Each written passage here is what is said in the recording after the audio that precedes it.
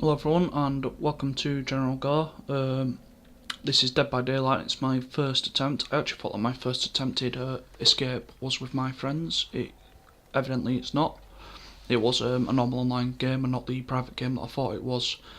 To be honest, that's probably understandable. One of my mates is a brilliant killer. Never played the game before and we could not escape him. I mean, admittedly, the first few times realised eventually I had perks on. But even still without the perks, he slaughtered us until we got used to the game. You just naturally got at it. So for those of you which know Dead by Daylight, you get the gist of the game. For those of you which don't know Dead by Daylight, you've got 4 survivors. As you can see in the bottom left, it's got sort of your status as to whether you're alive or not. You do get perks and stuff to help you escape, but you basically need to activate 5 generators.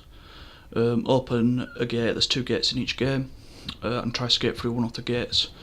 There's a killer, can vary a fair amount, as to its abilities and stuff like that. This is when I'm fairly new to the game. It's one of my first escapes. I've got a toolbox already because I'd had a few games before, and you sort of unlocking through your points you get through the game.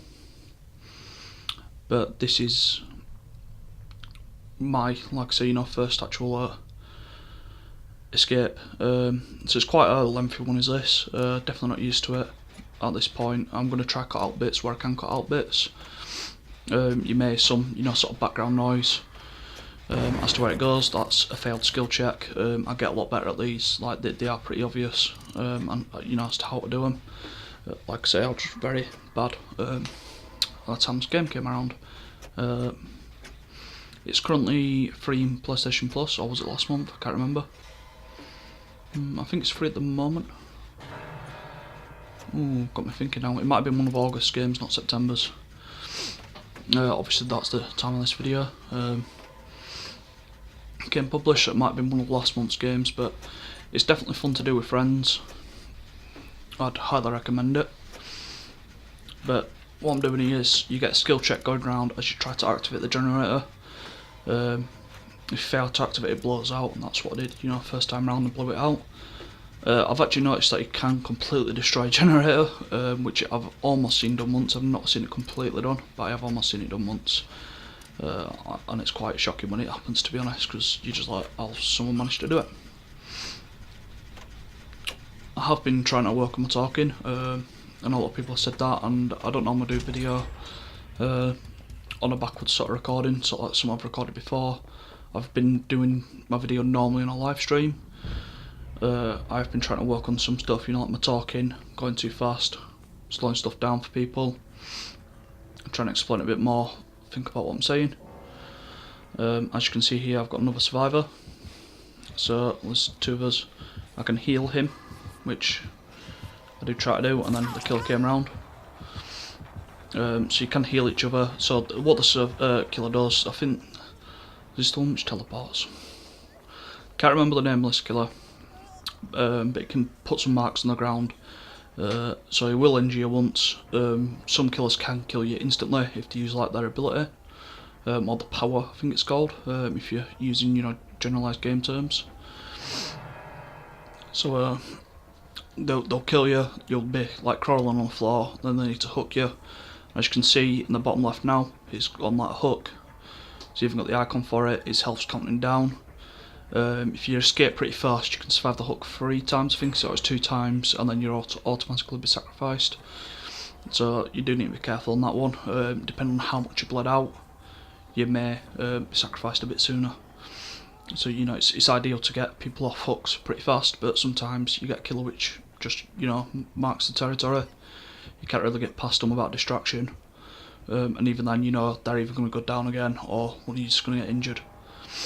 So with perks you can heal yourself. I don't know the characters' names off by heart yet. One of them has got a perk to self-heal. If you're doing it in a private game, you can put on any character's perks. So you can mix and match them. So that which went off there, that is one of his powers. If he was within, I think it's a 40-foot radius of that, he'd been able to teleport to it, because that's the killer's power. So I'm kind of hoping on someone healing me now. I've already had 1 person sacrificed. everyone in the game's injured, so you either need a medkit or someone with self-care on to be able to heal himself. But for me to heal myself, I need a medkit. I can heal others faster with a medkit as well, but generally speaking, you just try using, so you got yourself something to heal, because people don't heal you that much. So sort of just try getting this guy's attention to heal me, and then I can return the favour. Turns out we all find each other, so we can all heal each other pretty fast. So just like you can help each other on a generator, you can help each other healing. I do apologise for the beard. I have had a chance to shave it. I'll get a bit lazy with my hair. When it comes to my hair or my beard or shaving, I just get a bit lazy with it, and I'm doing shocking here. Like, I actually felt bad for this guy, because I'm pretty sure that attracts the killer's attention, though I'm not 100% sure when it comes to healing, if it attracts the killer's attention or not, because chances are you should have been able to hear him by now, or her, whoever the killer is.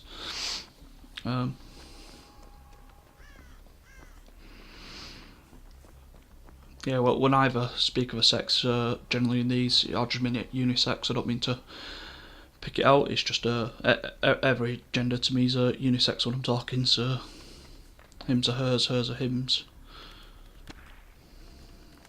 Just a bit of anything. Just too used to talking in one sex. I don't take offence. Obviously, like I said, the killer could be a boy or a girl. I just generalise it.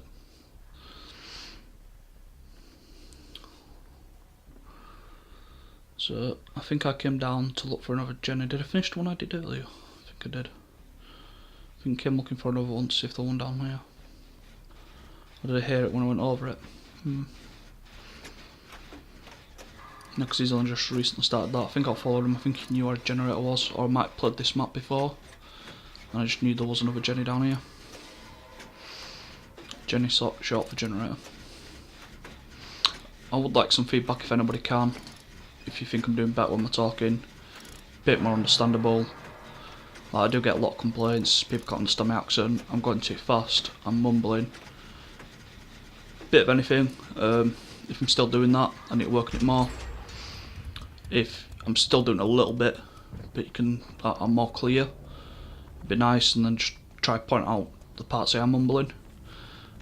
Just so I can, watch them, work over it, get better for the next time I'm doing like a video commentary. Like I said, I don't do them all the time, so just something to try and work on. So we've only got 2 generators left. We've got 2 people sacrificed, and 2 are still alive.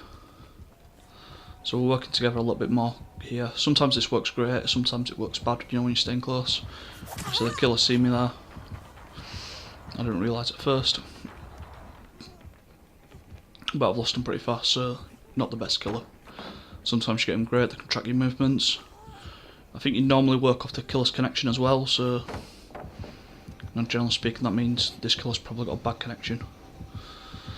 I've not really done any killer videos. I might have done one with my friends, I'm not sure. If I have, that'd be great, because then you can see how it works from the killer's eyes if you've not seen Dead by Daylight before. Basically they can see your blood tracks on the floor, or when you can know they're following you, and you can hear the heartbeat, which is sort of like beating noise going off. Well, it's your heartbeat sort of rising, meaning the killer's near you. Some do have abilities to make that quiet. Again, it all depends on the killer, so just need to be a little bit careful as to what you're doing and how you do it. Okay, so just on another Jenny, hoping that the other survivor is on a Jenny as well. I'm just basically hoping I'm not going to screw any of these up. I'm just doing the best I can with it.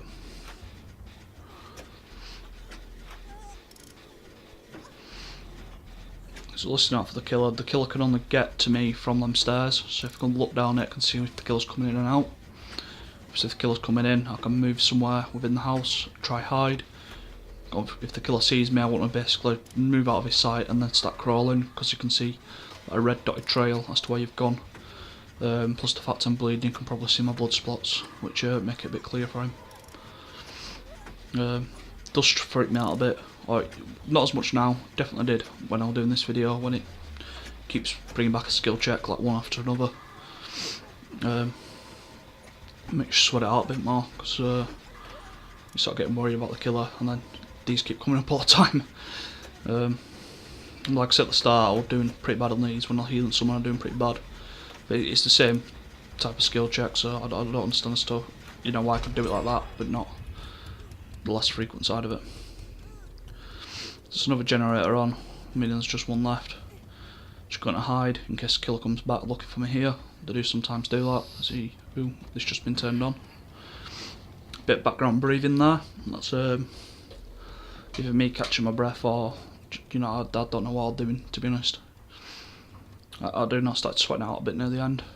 I'm pretty sure you hear a breath of like relief when you escape. But in the bottom right, that's how many perks I've got on. So I've got one, it's just a very common perk. It's one of Meg Thomas's base perks, which is the one I've got. It's like a sprint burst, so you get, I think it's 3 seconds of 150 sprint, but then it's got a pretty long cooldown from exhaustion, so you do need to be a bit careful with it. It's really annoying when you're trying to get to someone you want to sprint to them, but because it's the same activation as your normal sprint, it just like defaults on. So you just wanted to get there a little bit quicker but not use your full sprint, but then you've got exhaustion when the killer's coming back because you've unhooked someone. It definitely gets annoying. But it's just little, you know, perks and twerks of the game, so they've definitely made it easy for the killer, which makes it better for the survivors. It makes it more interesting. On the game I can think this relates to a little bit, I guess it's Friday the 13th, but there's a bigger variation of killers here. You've got I want to call this one the Wraith, but I think I might be wrong in that. Then you've got like the Nurse, which can like teleport through stuff and try to attack you. You've got the Hillbilly, which is I think it's an axe and a chainsaw.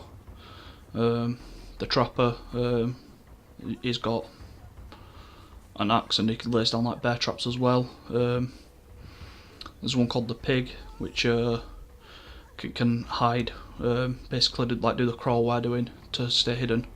It means we can't hit the heartbeat. Can also put they call it, I think it's a reverse bear trap over your head. You need to get that off before it blows up, or it's an instant kill. They don't even need to like sacrifice you or anything. I've been completely killed by that once. Only the other day that I got completely killed by that. I was trying to get it off because you get a couple of boxes on the map you can try to take it off, and always seems to be the case. The last one you got is the one that takes it off for you. So I did have a bit of hope that the person who just saw running past then had, you know, was almost completely unregenerate, headed to where, you know, you sort of come from, running away. And we found a generator here. But all survivalists has like different perks. They can eventually start sharing them, I believe, but I think you need to get them to level 35 or find them in the I'm going to call it the shrine because I can't remember the full name of it.